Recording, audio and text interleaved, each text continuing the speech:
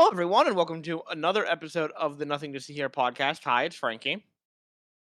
It's Hannah. Frankie, Yes, I just want to say your dessert, while it was melted, and it was melted, it um, was. it was delicious. Thank you. Thank you. Did you lose another bet in how to bring her dessert? No. No, I've no, been he making still has to desserts. buy. Yeah, he still has to I have buy to buy dessert. dessert. Yeah, I've been making desserts every other week or so, and I have a lot left over. So if it was just me eating it, so I bring it. I bring some for Amanda and the Peanut Gallery. This time it This was, week yeah. I What tried to was make. it? I have a Disney World or Disney Parks cookbook, so I made the gray stuff. Oh, you And the have that too? suggestion yeah, that's where I got the recipe. The suggestion for the gray stuff is how they serve it in Disney, obviously. And they serve it they, like, pipe it out with some, like, scalloped sugar cookies. I didn't wanna go through all that effort. I don't wanna buy a piping bag. I didn't wanna make scalloped sugar cookies. So I just thought I could put this in a pie, I and did. I did. Just for the And record, Frankie, you can make a piping bag out of a sandwich bag. Mm-hmm. yeah, but I didn't need to. Also, the pudding didn't set as well as I wanted it to, so it wouldn't have worked out well. Yeah, it was good. Good job. Thank you. I appreciate that. It melted even more. Not only did it not set as well as I wanted it to, but it melted even more because it was hot yesterday when I was driving over to Mm. Amanda's, and there was a Steelers game that I wasn't aware of, and I got caught in traffic for that. So it kind of just sat, and I watched it as it slowly melted more and more, and that made me sad. A little sad. But thank you for the compliment. I'm glad you enjoyed it. Yeah. You know what I didn't enjoy? This trash. All right, let's get into it then. Yeah, we're starting off early in the episode. We're finally here. It's been a while. We've been waiting for Halloween Havoc. We've been seeing that ad endlessly. We For did a not see year. the ad. They didn't re-air the ad. They did Oh, not. I I'm No, was but we happy. shocked. got a new ad. We got a new ad. Let's see if we see that one or they change it up.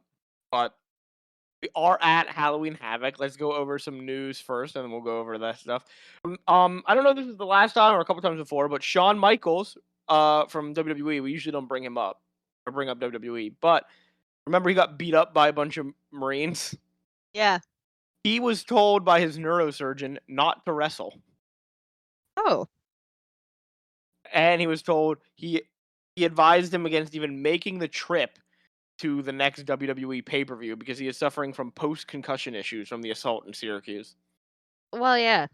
As somebody who's had various concussions, they're not fun. Shawn still showed up to the pay-per-view and vacated the Intercontinental title. Jesus Christ.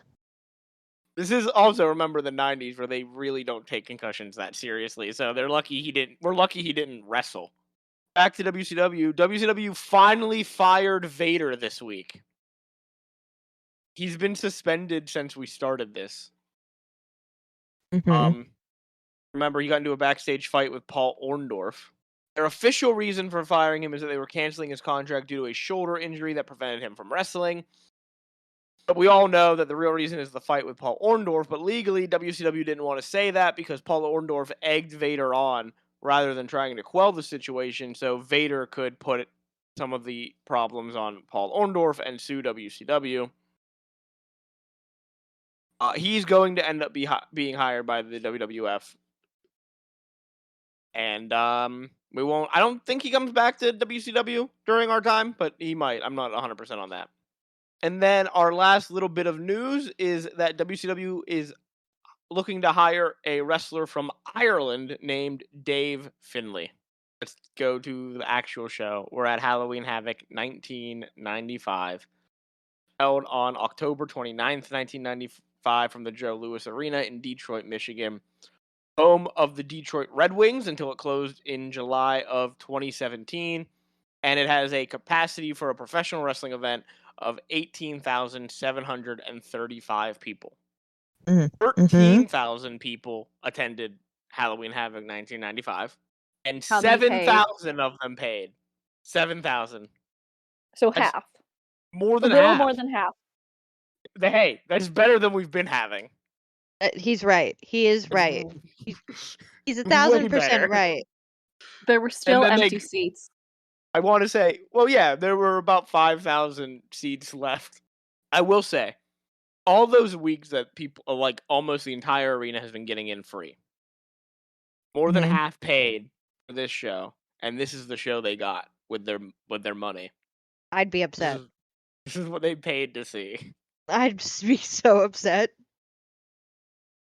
At home, 120,000 pay-per-view buys for this show as well. That doesn't seem like a lot. It's not great numbers. They're gonna hit way higher numbers later on, but yeah. So we get the opening package with some great Halloween clip art. Yeah. Yeah. This is somebody just screen recorded and was moving clip art with their mouse. Yeah. Someone said, "Hey, did you do that opening package yet?" Oh no, actually. When's that due? Tomorrow, 10 a.m. All right. And spent 5 minutes on it. Mm-hmm. A beautiful 90s Halloween. That's all I want. We talk about two demons have emerged: the back-cracking giant versus the world champion Hulk Hogan, who has crossed over to the dark side.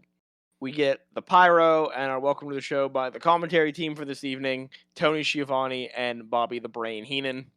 We get a little clip of Hulk Hogan and the Giant driving their monster trucks around. By the way, the monster truck battle was outside of kayfabe, outside of the world of wrestling, was filmed the night before the show. I figured as much. Yeah, we could tell. Yeah. Also, So Hulk Hogan's truck is disgusting. Yeah, it's just he has him it has as his a truck. arms. It It's is gross. horrifying. It is disgusting. I like the Dungeon of Doom truck. That one was I okay. That one, I didn't like either of them. I've seen much better monster trucks. Oh, I'm not saying they're the best of the best monster trucks. There's way better out there, but it wasn't Hulk Hogan's arms. we also learn from Tony and the Brain that Flying Brian and Arn Anderson have attacked Ric Flair before the show, and we don't know the extent of his injuries. We get a little hype package for the first match: Johnny B. Bad versus Diamond Dallas Page. At Fall Brawl, Johnny B. Bad won the right to face Sting for his U.S. title, but Johnny B. Bad was a no-show. He was given an opportunity later in the show to come, still didn't show up, so Brian Pillman ended up getting the match. Johnny B. Bad shows up at the end of that WCW Saturday Night episode, covered with oil and dirt, saying he had a flat tire. DDP shows up, calls him so stupid for missing his shot, and he should have gotten to the show, or he should have gotten the title shot because he's television champ already. He says zeros don't become champions. Max Muscle pipes in and says it's tough getting 4 flat tires, but Johnny B. Bad didn't say how many flat tires he had. He only said it was a flat tire. So we learn that DDP and Max Muscle slashed Johnny B. Bad's tires. Our match starts, or the entrants come out, accompanied by the Diamond Doll Kimberly, and Max Muscle out first is the television champion DDP. Which I looked up Kimberly because Yeah, this what is it? Bobby whatever? Bobby Heenan. Yeah, he's a dick. This little sexist commentary, whatever. I think I texted y'all this. You Oh, did. I was pissed off. You sent. We got two. Both of you sent messages about this show, and we'll reveal them when the time comes. Yours was the commentary about the Diamond Doll is pissing me off, and then a second text. I'm so mad. I am. I was so mad. She should just shut up and smile. Oh. I did not So know that she was married to this dude, by the way, in real the life. DDP, yeah, they're married at this point in time. They're not married anymore. Yeah. They had, but I think they're still friends. But yeah, they're married at this point in time. DDP in real life, this obviously is his character. DDP in real Right. life, actually a really nice dude. Really? He created a program called DDP Yoga to try and help wrestlers from his era because obviously They they got get beat up a fucked. lot. Yeah. Yeah. And they're on drugs and alcohol. He created the program to help them get clean and have mobility in their older age. And two wrestlers who were notorious for being on drugs and alcohol, Scott Hall and Jake the Snake Roberts, both got clean with DDP yoga. Right. Way to go. Yeah, so I he I helps hate people your out. I hate your character. You seem like a good guy. Yeah, it's a good job for him because his character sucks, and you do Yeah. hate his character. I hate his character so much. This is a match for DDP's television title as well. We also learned that Sting hasn't shown up to work yet. So he doesn't know that Ric Flair is. He's injured. Yeah, he's just not there. Imagine not showing up to work yet. Joe started Sting. Come on. I think he's there. Obviously, he's Oh, there. Oh, in they real have life, he's call obviously times. there. Yeah. Yeah, they definitely have call times. But, and Sting isn't one of the wrestlers, from my knowledge, that's known as being a guy who gets there late. There are some wrestlers that are notorious for being late or like right at the call time. And I'll talk about one of them when he shows up in WCW. But yeah, Sting's actually there. But I love when they say on commentary that a wrestler who's supposed to have a big match isn't there yet. You don't know how fast these matches are gonna go. Your match could come really quick. Yeah, exactly. DDP sets off one of the confetti guns he stole from Johnny B. Bad, and then makes Kimberly take off his jacket. Out next is the challenger, Johnny B. Bad. He's got a giant cape that says "Have a bad day." With It's 2D. spider webs. I really like the spider web Yeah, vibes. I will appreciate this. Although I do feel like he's coming for Macho Man style a little. Yeah. Oh, before we get into the match, we should talk about the set design, which is like a little haunted house with a cemetery out in front of it. They have tombstones, and each time they show whoever's coming out next, they go to a different tombstone. And there's some jokes on the says something. tombstones. Yeah, Elvis lives. Oh, yeah, Elvis, and then someone spray painted it lives. There's one on there that says Crockett, which is an inside joke for wrestling. Jim Crockett used to be the guy who ran his promotion. Jim Crockett Promotions was the predecessor to WCW. Johnny B. Bad comes out with that cape, but it's not actually Johnny B. Bad. He snuck into the ring and attacked DDP from behind. Match starts off really hot. Johnny B. Bad going after both DDP and Max Muscle. He bonks their heads together. They brawl in the crowd. Johnny B. Bad gets a bucket from somewhere, Yeah. puts it on DDP's head, and throws DDP into the ring post. We go back into the ring, and then we're just going to slow it down, everybody. We're just going to move at a glacial pace for the rest of this match. This match there was horrible. Yeah. There was a point and the only reason I kept watching this match was because I was livid about the commentary about the Diamond Doll, about Kimberly. Anytime she was on, I was paying attention because I actually care about her as a woman. Women support Kimberly's women. pretty great, too. Yeah. They're She kind does of something setting- funny later on. Yeah, they're kind of setting up the storyline with her where they're implying she's going to leave Diamond Dallas soon.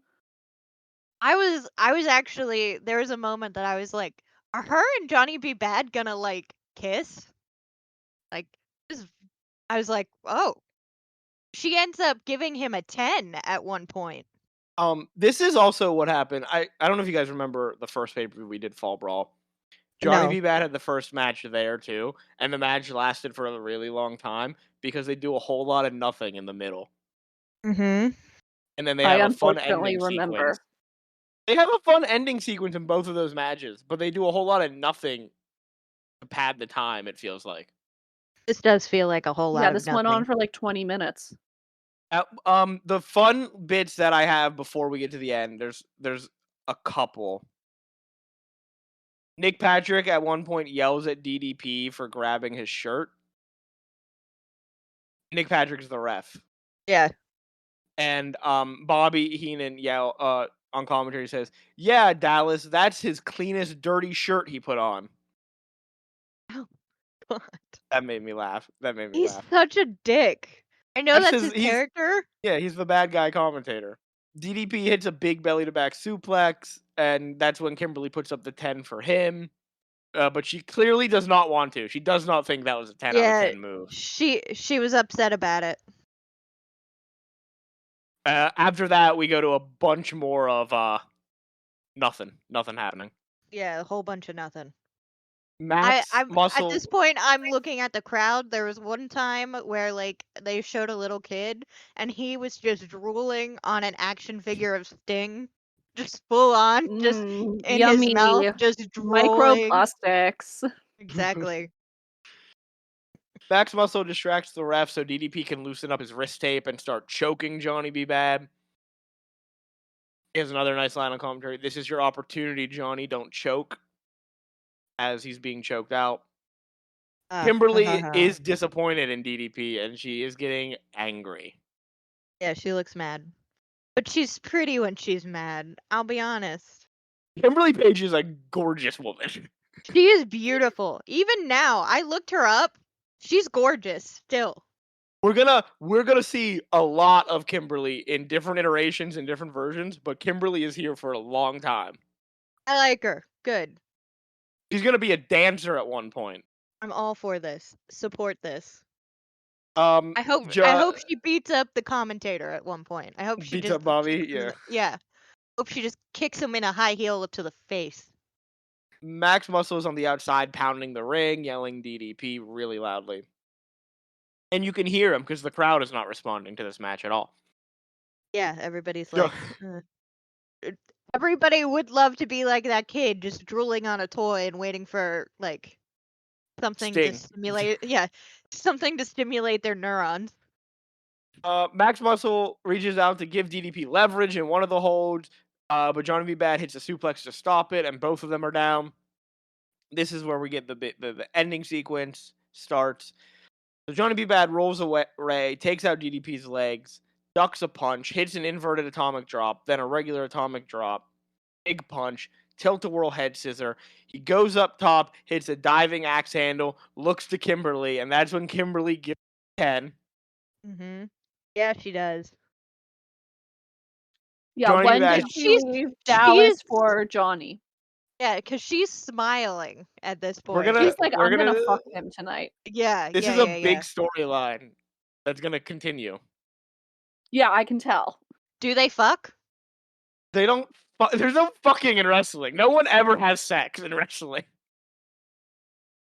At least at this era of wrestling. In other eras, they do. Johnny B. Bad hits a power bomb, but only gets 2. DDP is able to hit his big jumping DDT that he calls the Diamond Dream. Frankie, you were saying words. I know, but both men are taken down. He crawls over too late and only gets a 2. Johnny B. Bad regains. Wait, you didn't answer the question though. Does she and Johnny B. Bad fuck? No. Do they kiss? Okay. I don't know if they kiss or not. Do you want to know something disappointing in advance, or you want to go with the ride? Anna, it's up to you. In advance, so tell me now. I'm not going to remember in 2 months what was on this episode. We're going to have a fun storyline with Johnny B. Bad and DDP and Kimberly, but Johnny B. Bad is going to get poached by the WWF, so someone else is going to take his place, and the person who takes his place sucks. Who takes his place? If you tell me it's the murderer. It's not the murderer. Chris Benoit stays away from this completely. It's a wrestler. No, his real name is Ed Leslie. He's had a lot of wrestling gimmicks, and the wrestling gimmick he has when he does the storyline with DDP and Kimberly is the Booty Man. What? This is just yelled. Who yelled what? Was that Hannah? Hannah, you like broke the mic. Yeah. I'm sorry. The only way this is acceptable. Dying right now. The only way that this is acceptable, his entrance music either has to be "I Like Big Butts" or it needs to be "Miss New Booty." I'm down with you, Miss New Booty. Okay, we'll figure that out. I am sold on this storyline with the booty man. You're sold on it with the booty man. Okay, all right. Excited for the booty man. All right.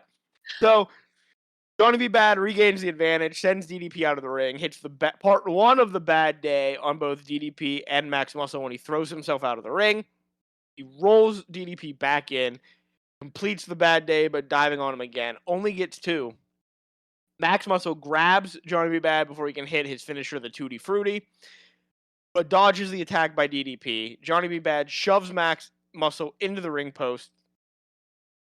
But Max Muscle stops his momentum before he actually crashes. DDP grabs Johnny B. Bad as he goes into the ring. Max Muscle goes for a clothesline on him, but Johnny B. Bad ducks, so Max takes out DDP. Johnny B. Bad takes out Max Muscle, goes for the pin, 1, 2, 3, and Johnny B. Bad is our new World Television Champion, and Kimberly is very excited about this. Yeah. She's giving him the fuck me eyes. I'm glad this match is over though, also because like it was. Yeah, no, it took gone. forever. But the only Every thing that I was time- paying attention to was her. Yeah, every time someone did a kick out, I died. I died a little inside. Hey, And I was just hey. like, no. Our next match is going to be a lot shorter. We go back to the announce booth, and Tony and Bobby speculate about the unknown of the Giant wrestling because he has not had a match yet. And then Bobby speculates that the Monster Truck Sumo match will end by the Monster Trucks crashing off of the roof and exploding. I feel like we shouldn't be making jokes about people dying. Well, Not like that, no. our next match, first out, we have from the land of Yin and Yang, the Zodiac. He has a Facing- unicorn horn. He's not the first Zodiac. out, is he? Oh yeah, he Zodiac's is the first one out, yeah. Then comes out Macho Man Randy Savage, and I know he's next because I wrote in the brightest of bright outfits. Yeah, who's the woman that he like is talking to? I have literally no idea. I wrote, who's this? I wrote, there's just a woman standing on the ramp that Randy flirts with for a bit. Yeah, is that his think wife? I figured this out. Okay. I think she's the person who collects the coats. Oh, maybe. She's the Because she's coat like woman. dressed fairly nice, and she like the She way does take his coat. yeah, the way Macho Man like interacts with her, it's like they kind of know each other. So I think she works for WCW. I think she's the coat lady. Yeah, she was just he was like, take care of my coat. Mhm. It might be. I know it's not Randy's wife because Randy, I don't think, is married at this point in time. No, he's not. I found this out. So apparently Randy's wife that he is currently married to right now, because he is married right now. Well, he's dead, so. Well, not at this moment. Like He's in in time. 95? He's not married in 1995. No, he was married in 94. Right. He up until like 94, I think. No, up till 92. He got divorced in 92. Anyway, I found out that his ex-wife is fucking Lex Luthor. Yeah, so Miss Elizabeth, I don't think it's happening yet. But Miss Elizabeth, who is Randy Savage's ex-wife, ends up in a relationship with Lex Luthor. Or Lex, fuck, you've got me saying it. With Lex Luger. She ends up with Lex Luger in 1999. Until she dies, I think. Mm-hmm. Until her death in 2003. Yeah. Also, by the way, in this match, some random drunk fan comes out. He's the best part about this match. I know. Yeah, so the match starts. Zodiac is standing on the top rope. Randy grabs him off and begins the attack. And immediately, this guy runs into the ring. And then the referee starts beating the shit out of this guy. Yeah. Where's security? Security took forever to get there. They were All like, hey, the ref- security. There was like half a dozen guys trying to catch this one dude. Security said, hey, the ref's got it handled. Look at him go.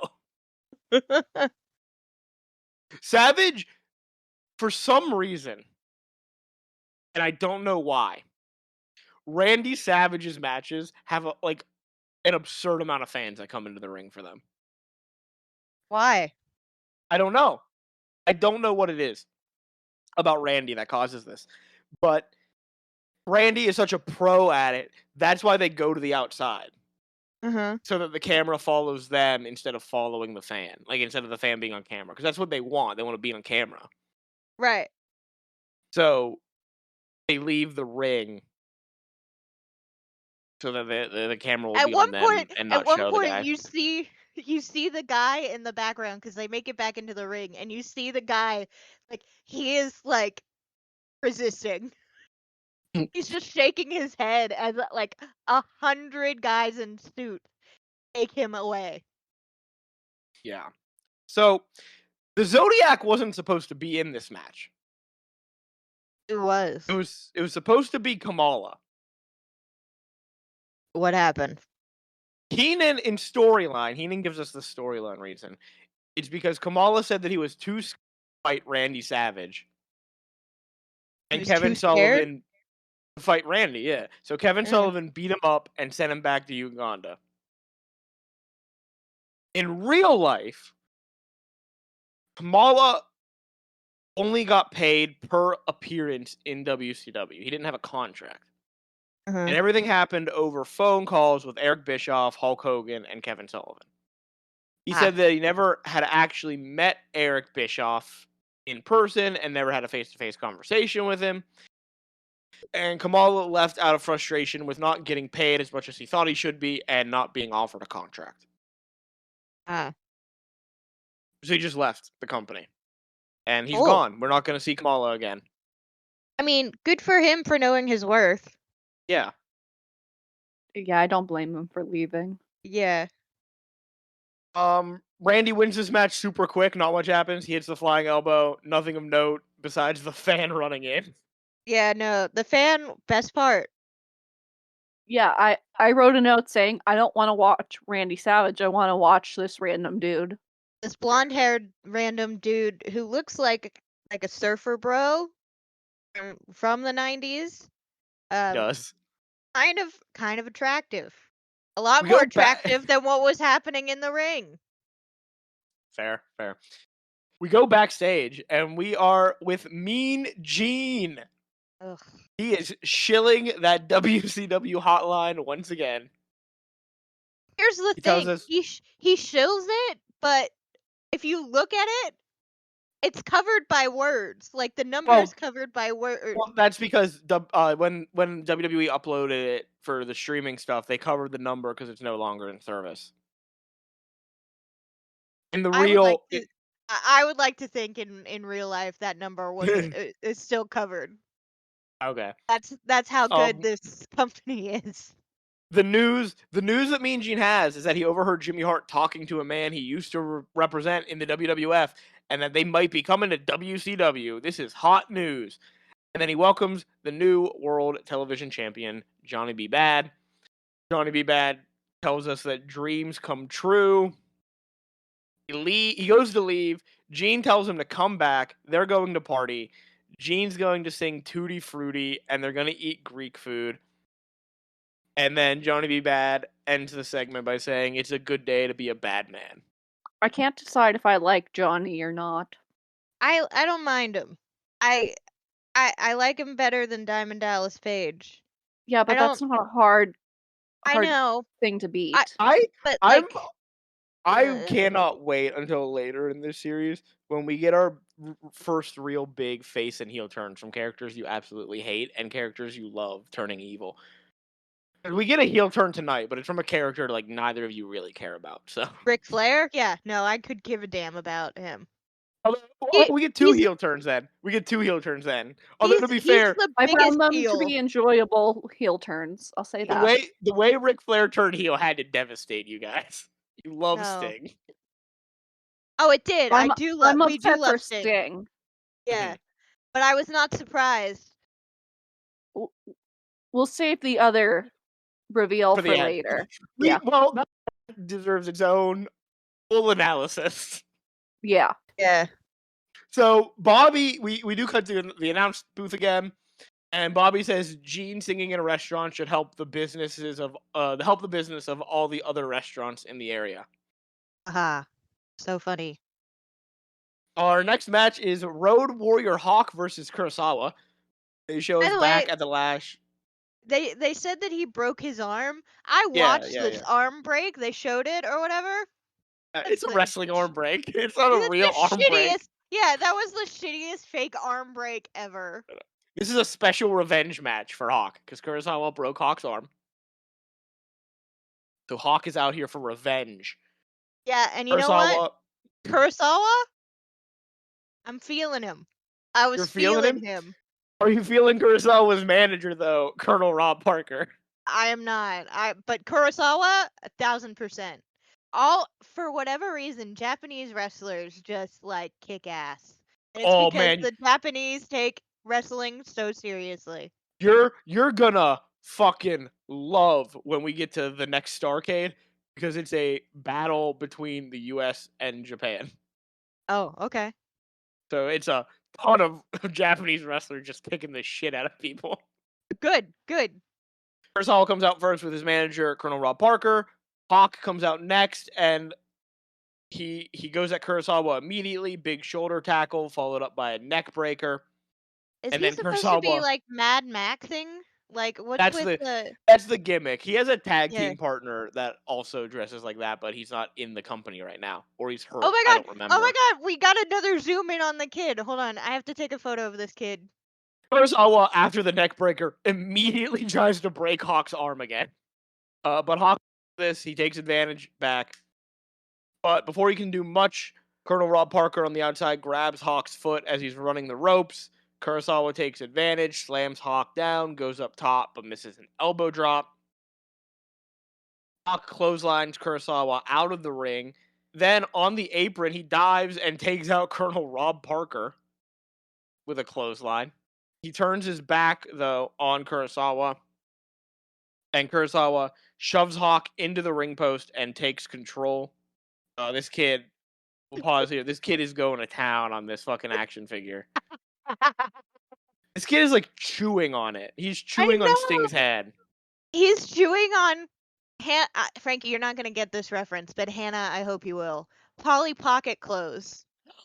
That is exactly what he is doing. Yeah. You think He's you think this kid invented Polly Pocket clothes just so he could remember what his childhood was like? He might have.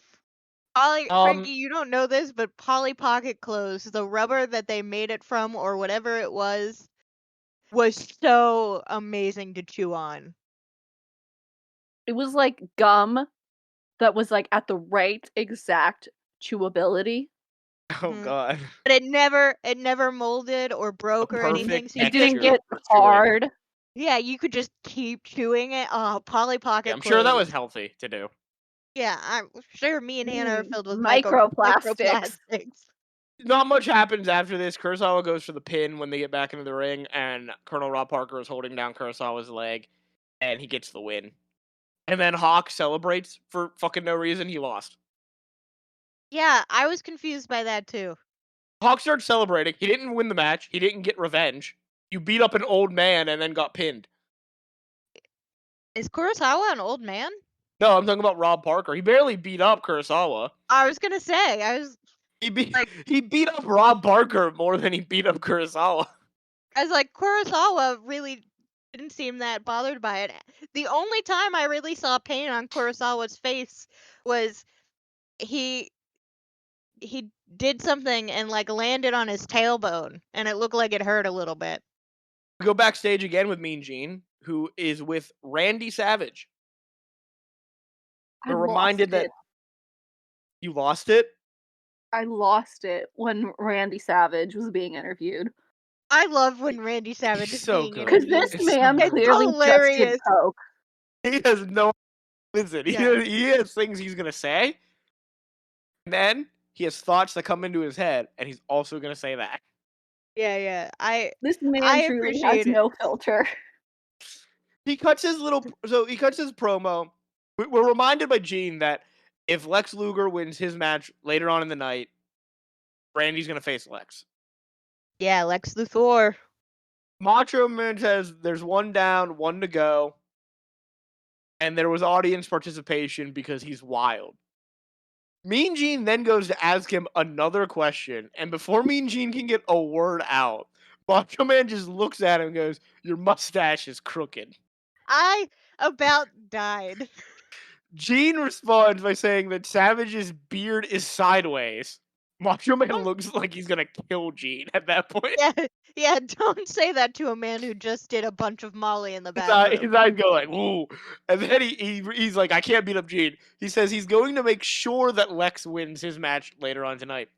He doesn't, by the way. Just a spoiler. Yeah, he Macho doesn't. Man does nothing to help Lex win his match. He's then asked about the monster truck match, and his answer, I didn't write his full answer down, but his answer begins with the line, "My curiosity is killing me like the cat was killed by curiosity." He's so fucking blasted right now. I need this whole interview to be a TikTok sound. Yeah. God, we got so many years of Randy Savage interviews coming up. Oh, I can't wait. I hope they're all as top tier as this. They're all nuts. There's gonna be interviews where like he does them in like big groups, like he's gonna join some factions down the road, and like everyone else will be on point, and then Randy just goes off. So Sabu's next, right? Sabu and yeah, the original Sheik. Yeah, Sabu's uncle, the original Sheik. They're actually It's related. Sabu. They are. The original Sheik is legitimately Sabu's uncle. Oh. That's kind of adorable. Yeah, it is kind of cute. So out first is his opponent, Mr. JL, who lost the Mister, by the way. He's just JL tonight. Who is this man? Mr. JL is played by a wrestler named Jerry Lynn. Oh, okay. Who usually wrestles as Jerry Lynn. I don't know if he ever wrestles as Jerry Lynn in WCW. In WCW, but he's a good wrestler. I don't know why he lost the Mister. He doesn't. He's not a gentleman anymore, I guess. I will say he wasn't a great wrestler in this match. Listen, I told you guys this. You definitely don't remember this, but No, I told you before. Sabu can have like the world's greatest match in 1 week, and then the next match he has, he's gonna fucking mess everything up. But it makes Sabu one of the most watchable wrestlers because you never know what's gonna fucking happen. Did he mess something up? Sabu messed so many things up tonight. I didn't notice. Hannah, did you notice? The only note I have on this match is they just killed this old man. Oh, yeah, at the beginning when Sabu hits a moonsault on both JL and the original Sheik. Oh, yeah. Yeah, that's my only uncle note. out. That's my only note. Also, by the way, we skipped over this. Wait, no. My note was, who is this Power Ranger motherfucker? JL, yeah. We skipped over the fact that the original Sheik has a fucking giant sword. A saber. When he comes out. He's got a saber. What the fuck? I used to twirl those in Color Guard.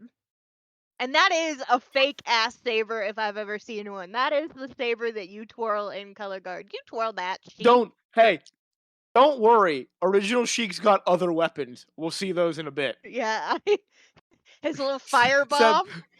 He's a firebender. Sabu rushes at JL, throws him into the barricade. He hits the moonsault that takes out JL, and the Sheik just gets kicked in the face by Sabu. Sabu dives at JL again, but JL ducks, and Sabu just crashes hard onto the floor. Looks like it hurt. Yeah. This is where Sabu kind of messes up. He goes for a moonsault, and just like he doesn't hit it correctly. He just crashes his knee into JL.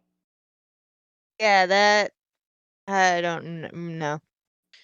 JL hits a big power bomb on Sabu, but only gets a 2 on the pin. Sabu hits a springboard leg drop, then goes up top again, but he's hit by a German suplex off the ropes. This time JL goes up top, but Sabu stops him and hits a Hurricane Rana off the top. JL hits a springboard dropkick on Sabu, sending Sabu over the turnbuckle, crashing to the floor. We go back into the ring. Sabu hits the Arabian Facebuster for the 1-2-3, and then super quickly we just see JL rolling away Mm-hmm.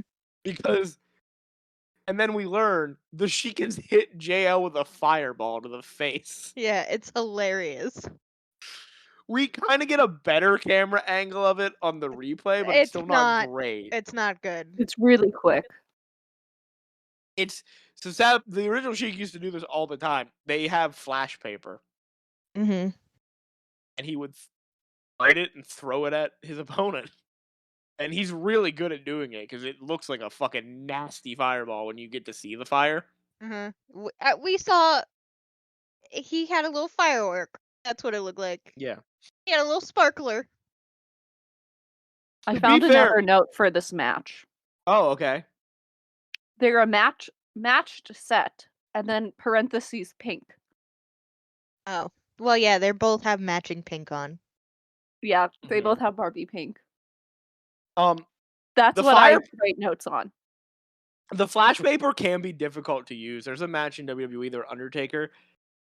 So like, Mankind tries to light Undertaker on fire, and he can't get it, like the flash paper to light. Mm-hmm. And so Undertaker just gets angry, grabs the flash paper and the lighter, and like everyone can see now that it's flash paper, lights it and throws it at Mankind and leaves. Perfectly fair. I've fucked with flash paper before in like theater shit. It's a temperamental little thing. Yeah, which makes it impressive that the Sheik gets it off so quickly. Well, yeah, once you have practice with it, it's fine. Moving on, we get this weird Solomon Grundy looking creature. Yeah, we saw him last episode of Nitro when he introduced the Yeti. Yeah, whatever. It's the Taskmaster and the Master of the Dungeon of Doom on the stage. This is a quote from the Master. This is word for word what he says. The moon has fall over Detroit. Thanks. He forgot The a moon couple has letters in fall that over word. Detroit. Yeah, not fallen. It's not fallen over Detroit. It's just fall. It fell on Detroit? I guess so. Maybe this is all a nightmare because the moon fell onto Detroit. This is where Everyone that died in horrible movie, the 1995. Moon. Right. Does everybody remember that horrible movie that came out not too long ago, Moonfall? Oh, I do. Hey, when did No. Majora's Mask come out? Is this where they got the inspiration from Majora's Mask? Yeah, it might be. That was in 2000. It might have Someone's been. watching 95. Someone at Nintendo's watching 1995 WCW. They were a fan of Kurosawa. I So do remember the movie you're talking about, though, and yeah, that movie was bad. I didn't see it. I just saw the trailer and I was like, this sucks. Sorry. I have more on this promo for some reason. He says that there's going to be a total eclipse of the sun because the Dungeon of Doom are here, and Sullivan will walk upon the galaxy, and the Giant and the Yeti will destroy Hulkamania. Yeah.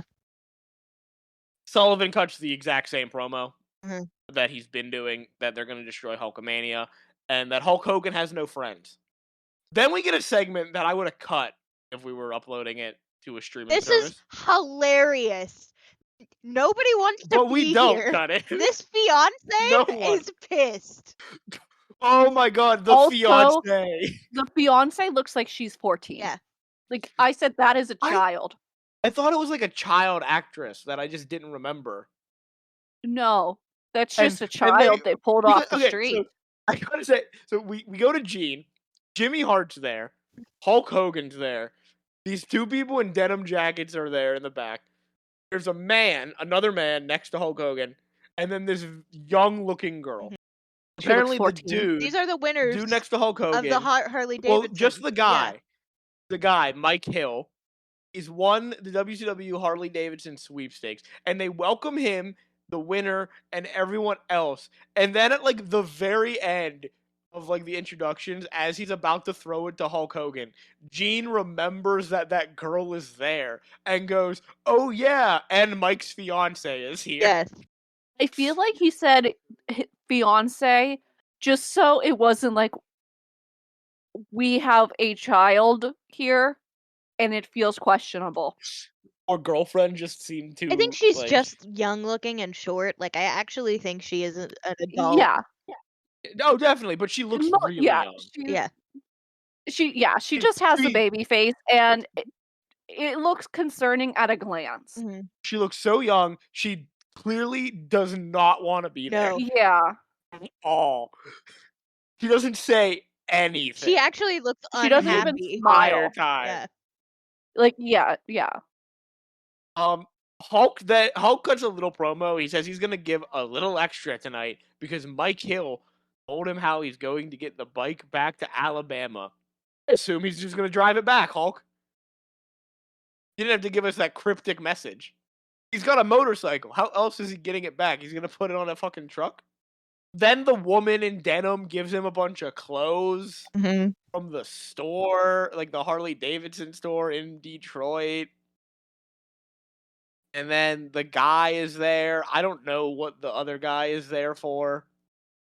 I guess he's like a high up executive at Harley Davidson. Mike then is forced to talk on the microphone, and he clearly does not want to. No. He was just like, I But he just does wanted tell a us- free motorcycle.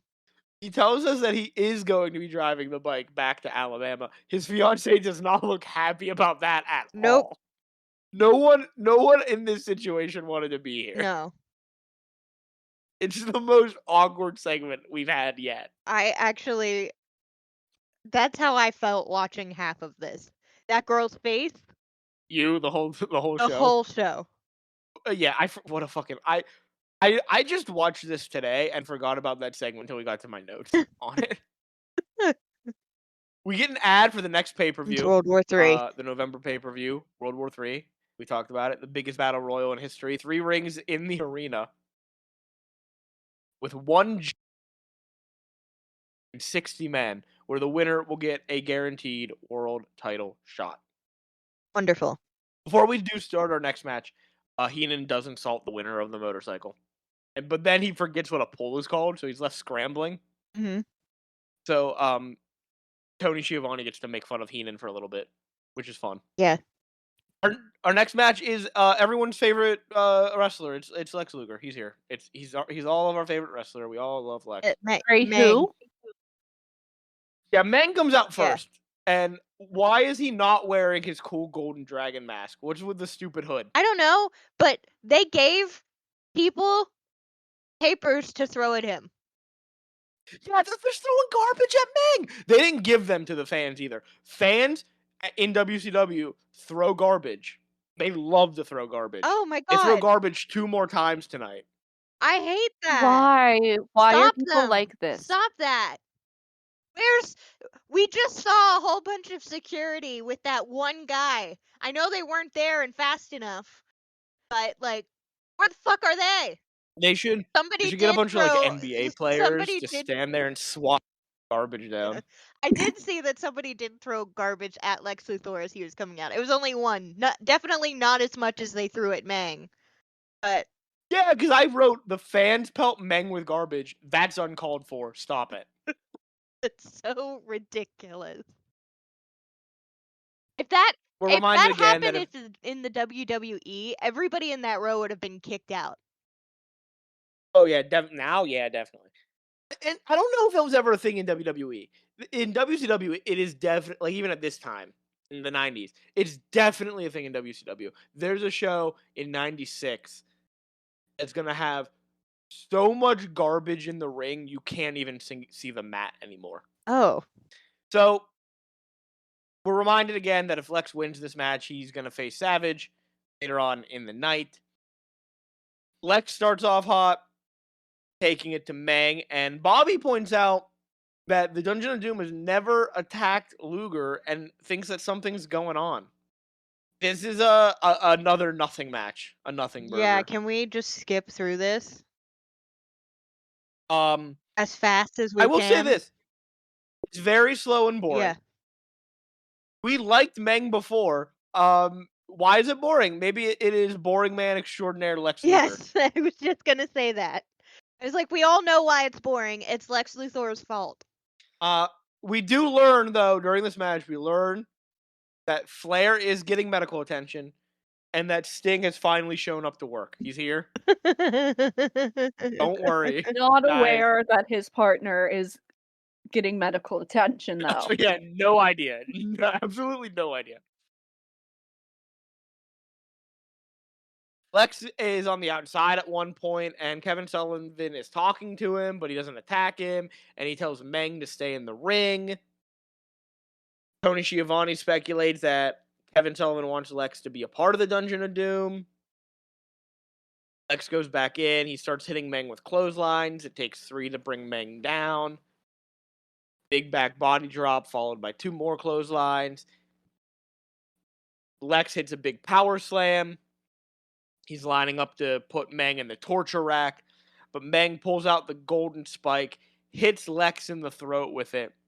But then Kevin Sullivan runs in, stops Meng from getting the pin, and gives Lex Luger the softest little kick in the world, and then Luger wins the match by DQ. Backstage again with Mean Gene and the Giant, who is wearing his monster truck driving outfit. By the way, I recently watched The Waterboy. With the Giant, yeah. Was that him in The Waterboy? It is. He plays the wrestler in The Waterboy, yeah. That's the Giant. It is. It certainly is him. I thought so. I forget the name of the character now that he plays, but Fuck. Hold on. are you looking it up? I'm looking it up. Keep doing what you're doing. Okay. So, Giant says if Hogan has the courage to show up, he's going to push him off the roof. And if there's anything left, he will chokeslam Hogan right to the floor. Giant, in this promo, he keeps saying, if Hogan lives. So we do know the Giant is planning to kill Hulk Hogan during the sumo monster truck match. He's not fucking listed in the cast on Wikipedia. All right, I found it. Oh, He wait, plays Captain Insano. Insano. I found it just as you Captain found it. Insano. Yeah. We did. 1998. I don't even know if he's in WCW when that comes out. Oh, well. I Or watched when he it films because that. He might be. Happy Gilmore 2 came out, and I watched that, and I was like, man, I love Adam Sandler movies. I need to watch more of them. So I watched The Waterboy, and I was like, oh my god, I think I know this person. Yeah, you do. It's the Giant. Yeah. All right. So after the Giants promo, we go to the ring. Out first are Arn Anderson and Flying Brian Pillman. I really don't like Flying Back Brian. You don't like Brian Pillman? No, it's such a dumb name. Oh, you don't like the name Flying Brian. I also don't like anything that he does. Oh, okay. Out next, they announced Ric Flair first, even though he's not there clearly. Nope. But they announced him, and then out comes our U.S. Heavyweight Champion, Sting, in the Halloween colors. Mm-hmm. And He's wearing a 10 orange out and of 10 black. jacket. Yeah, 10 out of 10. Is it better than Savage's jacket from earlier? Yes.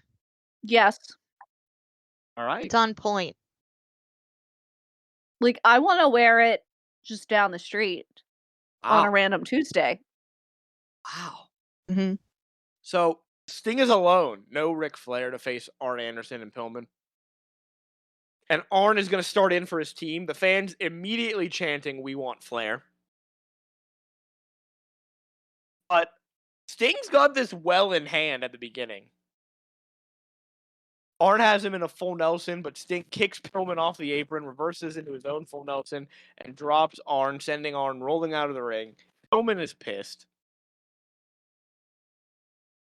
Repeatedly taking out Arn Anderson and Brian Pillman and outsmarting them.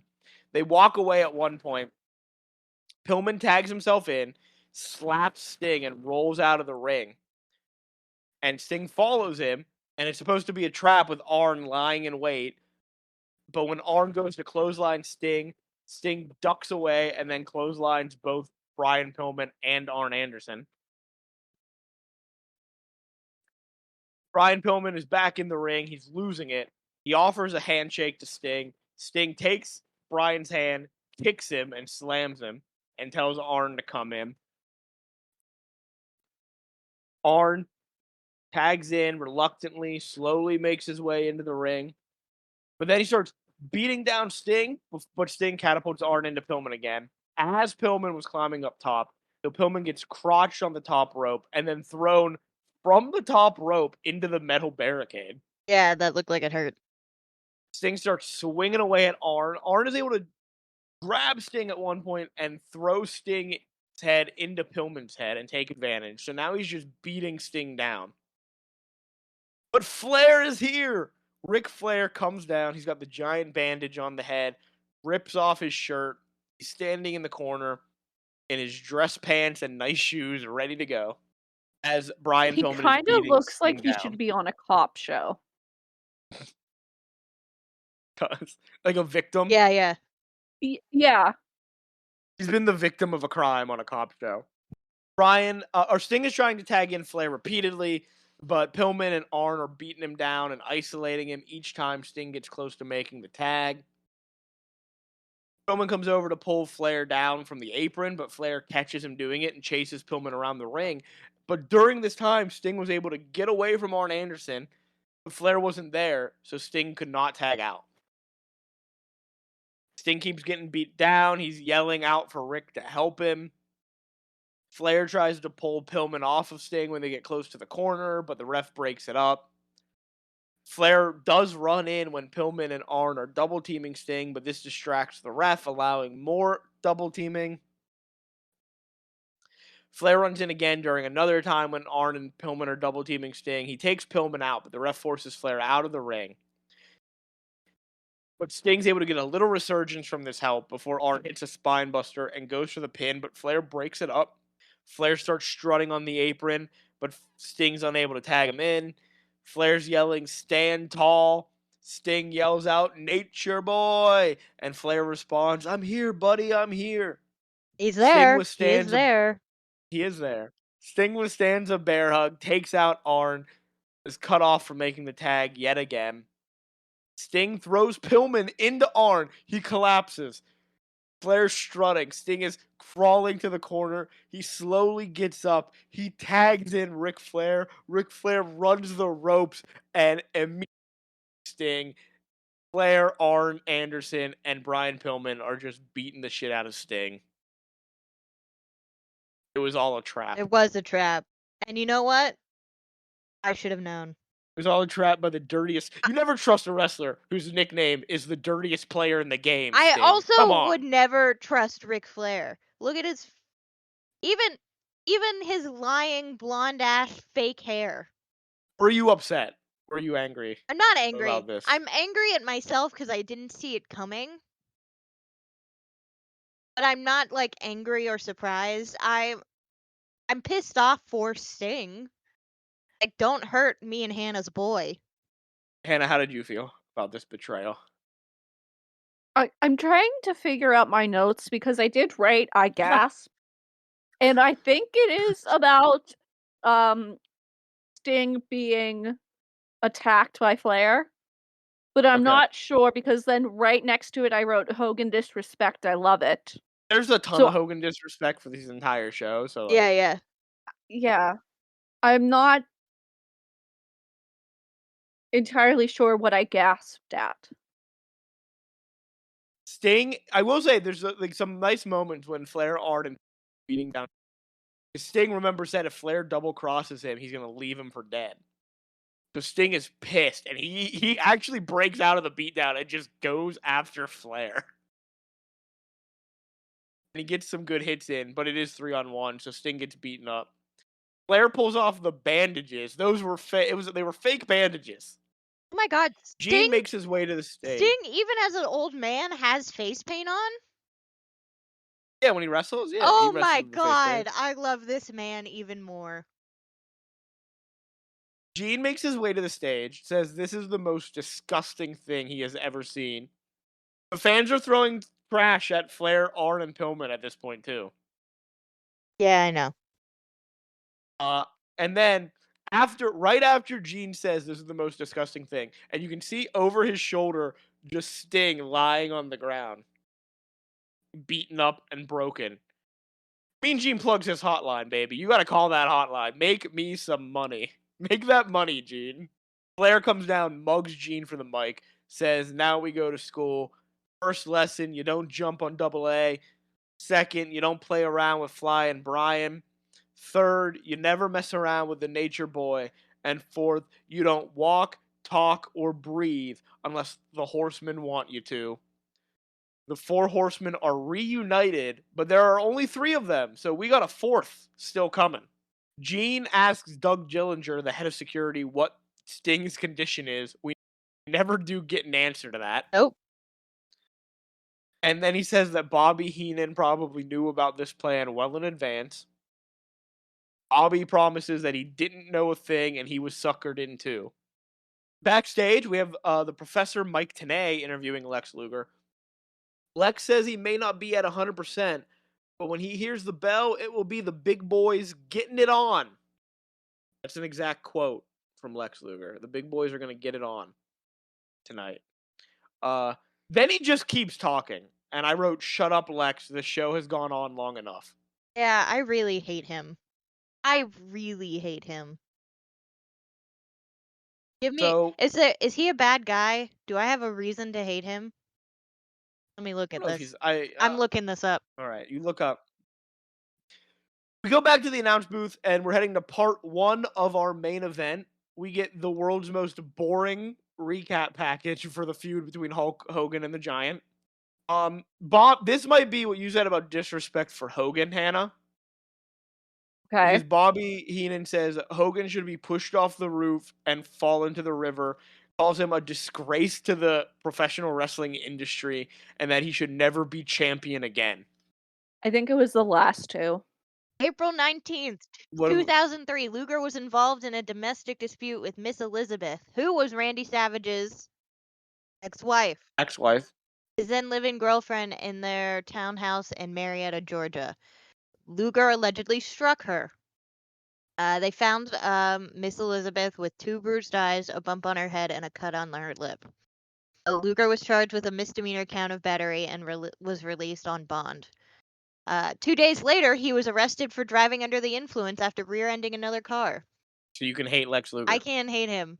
I will. And not feel bad. I will say, here's something nice to say about Diamond Dallas Page. In 2007, Luger suffered a nerve impingement on his neck that led to temporary paralysis. By 2014, he was using a wheelchair on a regular basis, though he was able to walk short distances. But by 2021, became completely reliant on a wheelchair for mobility. However, by February of 2025, after working with his longtime friend Dallas Page in yoga rehabilitation, Luger was again able to stand from his wheelchair on his own.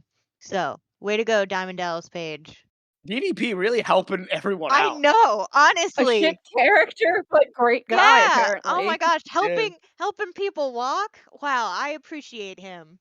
But fuck you, Lex Luthor. Helping people get sober, Yeah. helping people walk. We go to the announce table. Tony Schiavone's gone. Eric Bischoff is here. And so is Bob Chandler. Everyone welcome Bob Chandler to the stage. Do we know him? Bob Chandler has he built both of the monster trucks. Oh. Then he starts telling us about the horsepower of the monster trucks. I don't care. I think you would care if you were a car person. Then Eric Bischoff says he wants to talk about the torque of the monster trucks. Please don't. Please stop. What is a torque? Please. I don't know. I want to know. We don't need to have this conversation. Let's just go up to the roof, guys. All right? We're there. We're on the roof. We get the rules from a man who seemingly, one, doesn't want to speak into the mic, doesn't know what the rules are, because he keeps stumbling over them, and can barely hear him speaking. Basically, the rules are you got to push your opponent's truck out of the completely ring. Out of the circle. Yeah. Like wrestling. And also like sumo wrestling. And also, somewhere in this ring that they've set up are 2 explosives. That seems like a smart idea. On top of a building. There's not. There's not any explosives. Well, they say it. There's some little baby pyro, like a little baby fireworks. They light little fireworks. 4th of July. We once again have to see Hulk Hogan's disgusting monster truck with his arms on it. They then start welding the trucks together.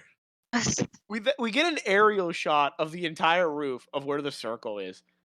Why are they doing this at the edge of the building when there is so much room on this roof? I think they really wanted someone to die. Yeah. Yeah.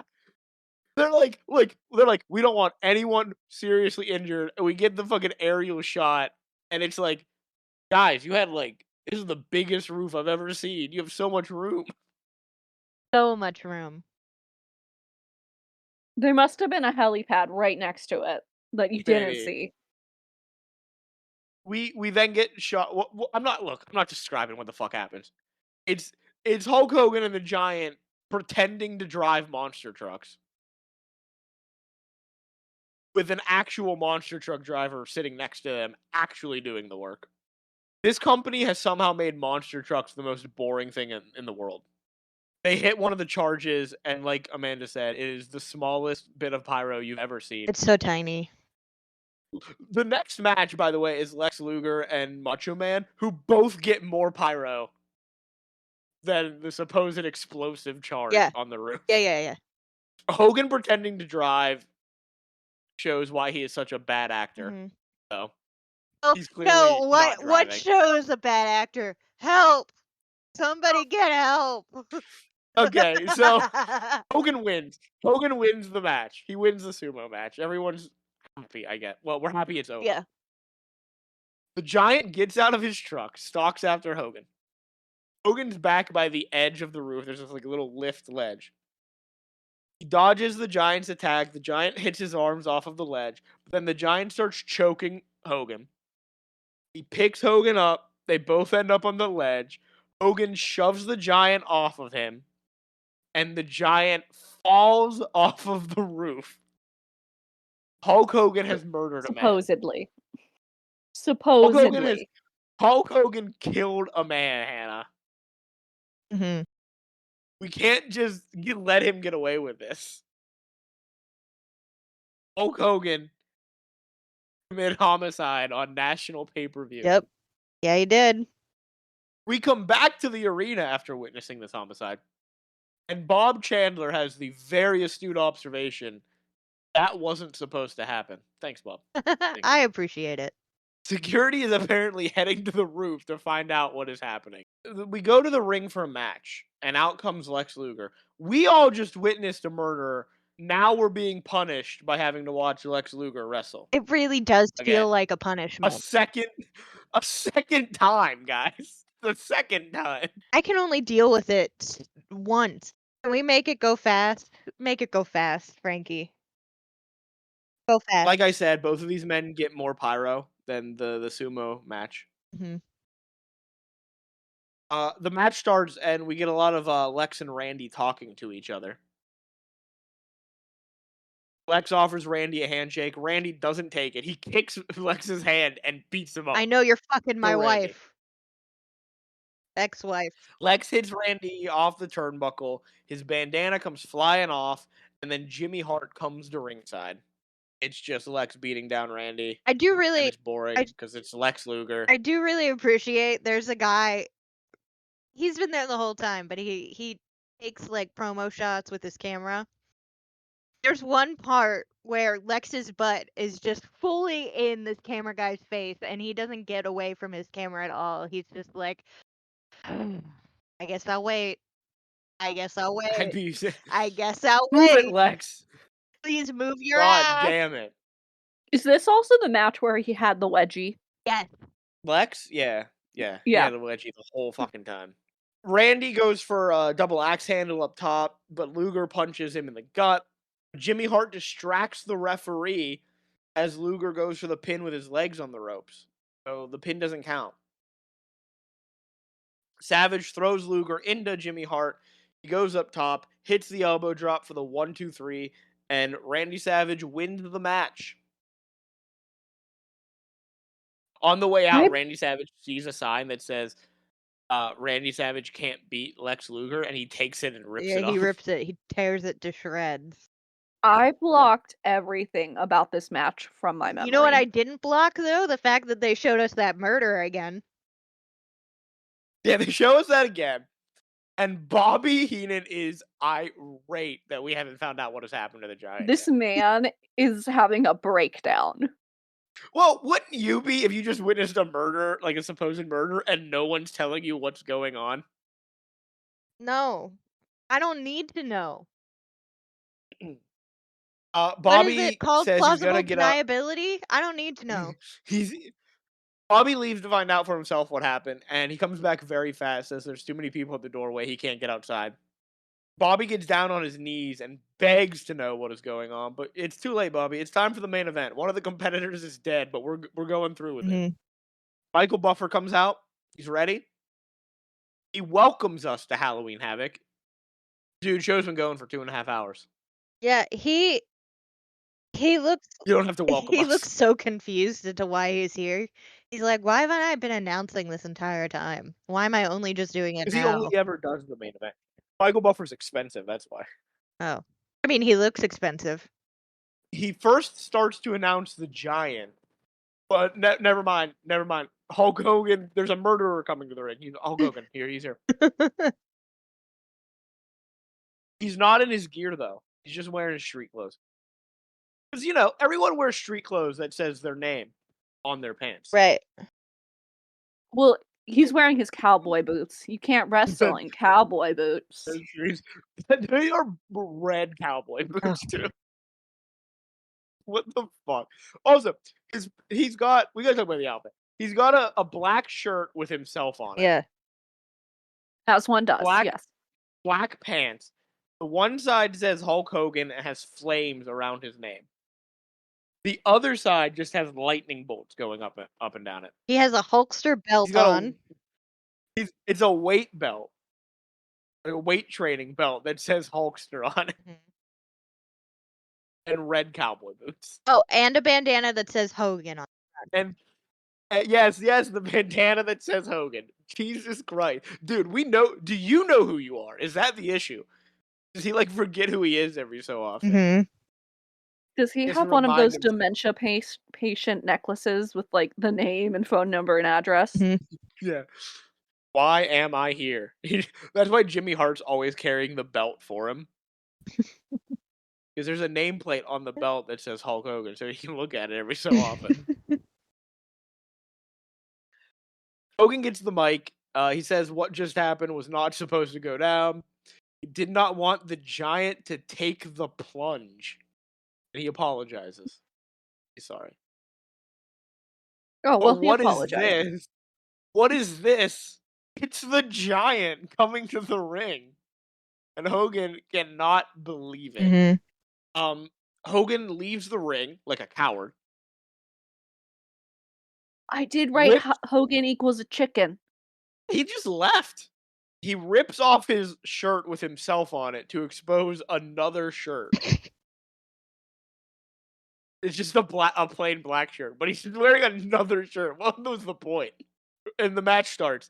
Hogan loses the bandana at one point, and he has the Taskmaster's face paint on it, and he looks so fucking stupid. But nothing happens in this match. Yeah, no. They're just hugging. It's just a bunch of hugs. Okay, so Giant goes for a leg drop at one point. Hogan rolls out of the way, hulks up. He does the punches. He throat punches the Giant, bites him in the forehead, rakes him in the back. Why is Hulk Hogan the good guy? I don't know. Back in the ring, so Giant leaves the ring at one point. Taskmaster leads him away. Hogan bonks them together. We go back in the ring, and Hogan starts poking the Giant in the eye. Yeah, he does. A lot. This is where we get the first big hug part, where the Giant's hugging him, and it looks like they're slow dancing at one point. It is like a little prom. The Giant has his arms. Giant has his arms around Hogan's waist, and Hogan has his arms around Giant's neck. It's just this match is just a really long hug. Yeah. They're just expressing their feelings to each other, I guess. Hogan hulks up out of one of the hugs. The second long hug. I wrote down second long hug, so it's the second time. But he runs into the choke slam. Giant goes for the pin. Hogan kicks out. Hulks up a third time. Can we? Big Boot can't take the Giant down. Oh, wait. Yeah? So can we stop with the hulking up? It's so He does it a lot. irritating. Can this match just end? Well, it's about to. And we've got a lot to discuss at the end here. So much A lot to happens. talk about. So much. So, Big Boot can't take the Giant down.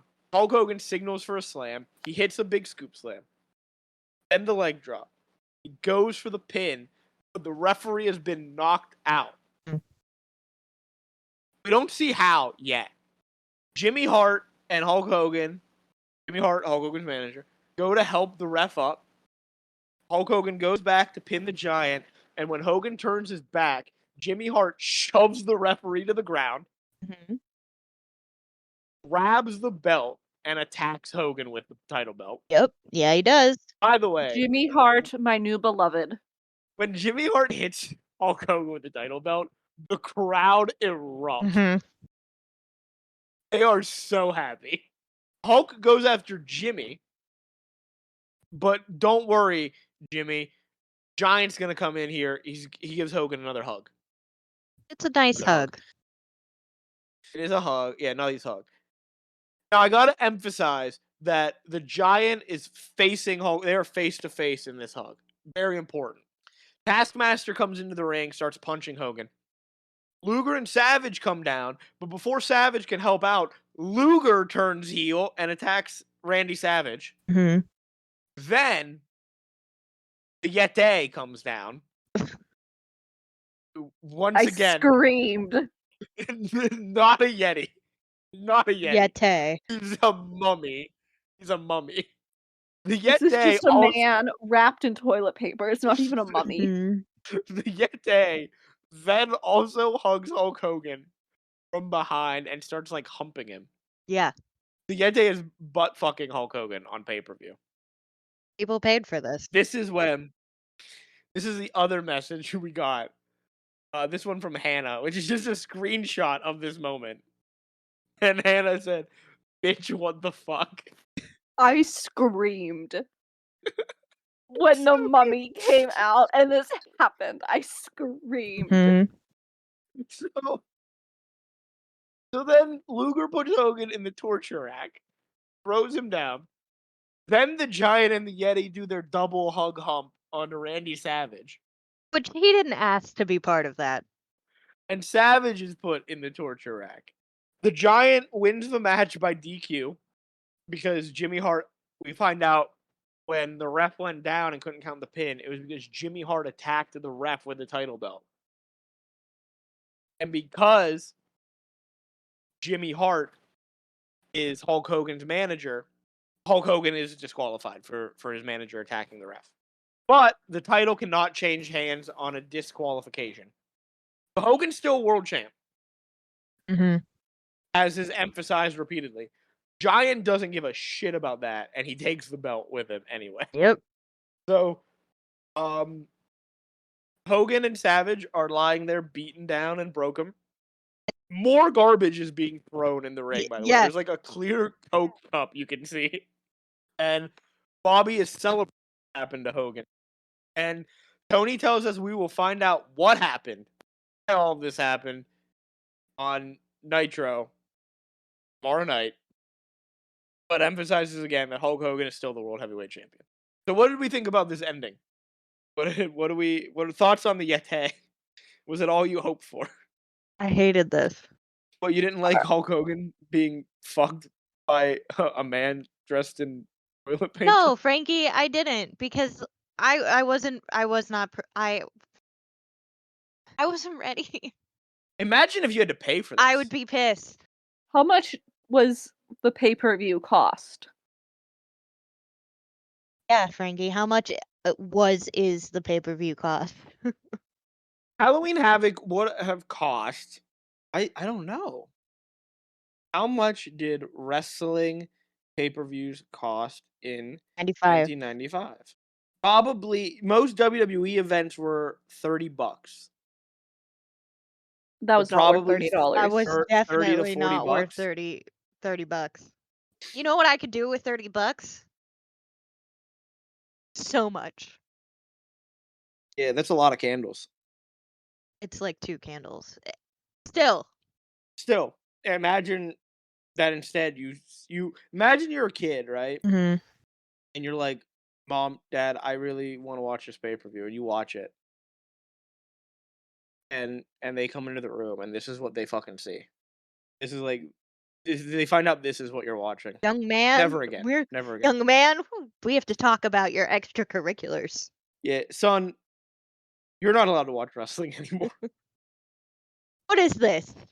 Why is that? Why is that Mommy. toilet paper fella fucking Hulk Hogan right there? They would know Hulk Hogan. Everyone knows who Yeah, Hulk yeah, Hogan yeah. is. So like We don't appreciate you lying to us like this, young man. so the price I see a price range on this one website. I don't know how it's broken down. Anywhere from $27.50 to $32.50 Ugh, is what I'm seeing. that's too much. Oh, that's way too much. But yeah, that is how we ended a pay-per-view in 1995. All right. Cool. Big main event ended by a man in wearing toilet paper. That happened. All right. Segment of the night and MVP. Kimberly. Cheer MVP. Yeah. Kimberly Page. You know what? Right next to that, Sting. Sting deserves the MVP award just for getting the snot beat out of him. Sting. All right. All right. I feel bad for him. And what was your favorite segment? My favorite segment. The motorcycle segment. Motorcycle sweepstakes. Nice. Nice. It's so fucking funny. Wow. Actually, you know what? It had to have been the fan coming into the ring. That's a vote for Randy. We're gonna do Randy versus Zodiac. Mm-hmm. Hannah. MVP and segment of the night. Gosh. MVP will go to Jimmy Hart Jimmy Hart getting an MVP vote. Yeah, well, we For- hate Hulk Hogan. yeah, That's for true. That's for true, yeah, causing the downfall of Pastamania. Oh, and then segment of the night. I don't have a segment of the night. yeah. No, come on. There's gotta be something. Yeah, you have to that, pick that something. you enjoyed. It was also bad. Come on. Vote with me with the fan. Yeah, I'll go with that. All right, Randy versus Zodiac. Put in parentheses fan coming into the ring. I'll put the fan. All right, so my MVP is Flair. Ugh. Why are you giving us real answers here, Yeah, Frankie? stop Because that. I'm the only like real wrestling fan. No, I gotta do and some why real is answers. Flair your MVP? He's a Because douchebag. I understand. Because the tactics of him like chasing Pillman around the ring and interfering, making it seem like he's a good teammate, when in reality all of that stuff was actually making Sting get beat down more. Takes like a lot of really good timing that most wrestlers don't have. And I knew what was coming. Like I knew this is where Flair turned on Sting. But if I didn't, I would have believed that Flair was on his side, and then big swerve. So I got to pick Flair, and then that's also my segment of the night is Arn and Pillman versus Sting and Flair. Mm. Which, by the way, the result of that match is I think it's just a no contest. I don't think there's actually a winner named, but I don't remember if officially Sting may have won that match by DQ. Yeah, so officially Sting and Ric Flair win the match by disqualification. Oh. Even though Flair beat Sting up. Yeah, he got disqualified for doing that. So that's the end of the night. Since this is a pay-per-view, I don't have segment of the night. That's like the most entertaining wrestler. I don't have that yet. Like calculated, it's a lot harder to calculate than MVP. But we do have an MVP through the first 2 months of WCW. Is it Sting? It is not Sting. It's It is Flair. with 6 votes no. total between the 2 months. It is the Macho Man Randy Savage. right, Oh, all right. okay. Randy I Savage has thought I 6. voted for Ric Flair's robes too many times. Randy Savage has 6 votes currently. Ric Flair has 4. And then in third place is a 3-way tie with 3 votes each. Sabu, Sting, and Alex Wright. We have Amanda has Sting given down there way too low. Yeah, Sting needs to come Sting back. Sting hadn't been on TV for a couple weeks. There were a couple weeks Sting wasn't there. There. But that, yeah, and then most entertaining, that'll be a little harder to calculate because some of these are. I gotta figure out who to give the vote to because one of them is just Eric Bischoff getting mugged. I guess I'll give that vote to Eric Bischoff. Well, But who mugged him? It was I Ric think Flair did. Yeah, it was Ric Flair, I It was think. Flair. So I'll give the vote. I think it's a vote for Flair then. Yeah. Yeah. So that is the end of Halloween Havoc 1995. No more ads for Halloween Havoc. No, guys. just We're fucking free. war game now. Well, to be fair, if that is the same ad for World War III, it's a much shorter ad. It is, yes. Like way shorter. I will take it. Don't misunderstand me, Frankie. But we're never going to hear the words "man becomes machine" and "machine becomes man" ever And again. I'm so thankful. They didn't say that at all on the show. Yeah, I know. I was shocked. I was not. In fact, I think they just forgot about I it. was thrilled. I was thrilled. No, because you could tell that he basically became a fucking. It was Hulk Hogan as a monster truck. That's how disgusting that Yeah, truck to be was. fair. All right. Well, What's... I think my next episode will take a little break from WCW if I can figure out something good. Thank God. Next week is Scooby Doo. That's what's new, Thank Scooby-Doo, God. right? Yeah, we're back to the TV shows. What's new Scooby Doo starting in 2002? Amanda and Hannah will be taking us through those episodes. We are watching There's No Creature Like Snow Creature, which is the first episode ever of What's New Scooby Doo. And because this is the October episode, Hannah has chosen for her episode a Scooby Doo Halloween. Oh, I chose a good episode. I hope so. I haven't watched either of them yet. Either way. That will be next week. We're back with Scooby Doo, something that we all can enjoy, and we're going to learn about what led to them bringing back What's New Scooby Doo. And we get to see an animation style that we're going to be with for a long, long time. And you know what? I like it. Oh no, it's a good animation style. But we're with it for a lot of movies. Yeah. A lot of movies. Yeah. Yeah. Right. So join us next week for that. Is there anything else anyone would like to talk about or add to tonight's episode? Oh, I need to go to bed. This hurt my brain watching. Well, then, let's take care of business. As of recording, we're on YouTube and Spotify. If you're watching us on YouTube, remember to like, comment, subscribe, hit that bell for a notification so you know when each and every episode is uploaded. If you are listening to us on Spotify, remember to follow the show, leave a rating and a review, and answer the question. No question tonight. No question tonight. No question. Unless either of you two have a good question right now. A question? What do you mean by question? The Spotify question. Oh, I was like, are you... The Spotify poll. I was so confused for a minute. Yeah, do you have an interview question for me, actually? That's what I'm wondering. Yeah. Would you accept a motorcycle from Hulk Hogan? Yes or no? I think it was the company giving it away. Would you accept a motorcycle from WCW? No, because Hulk Hogan was there. The company, fine. If Hulk Hogan showed up to give me the motorcycle, I would leave.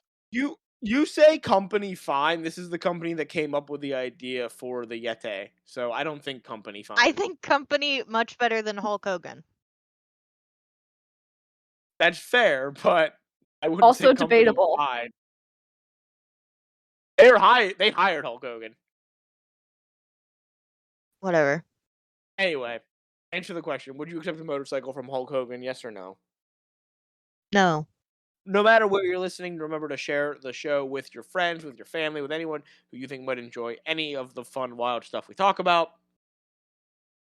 If you would like to send us an email with ideas for future episodes, any of your comments on the show, any questions you would like us to answer, you can send that over to Nothing to see here podcast at gmail.com. As always, here is spelled HEAR.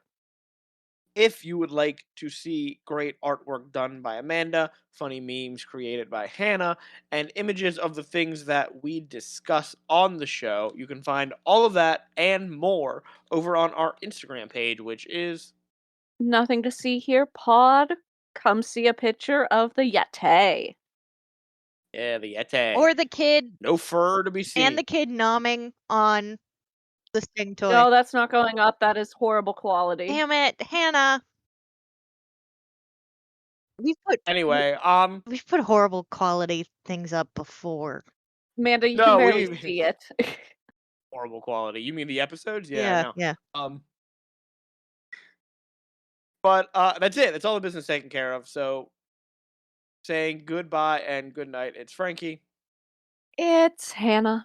I'm gonna go see if there's any Polly Pocket toys I can go chew on. All right. Goodbye, everyone. Bye. Bye.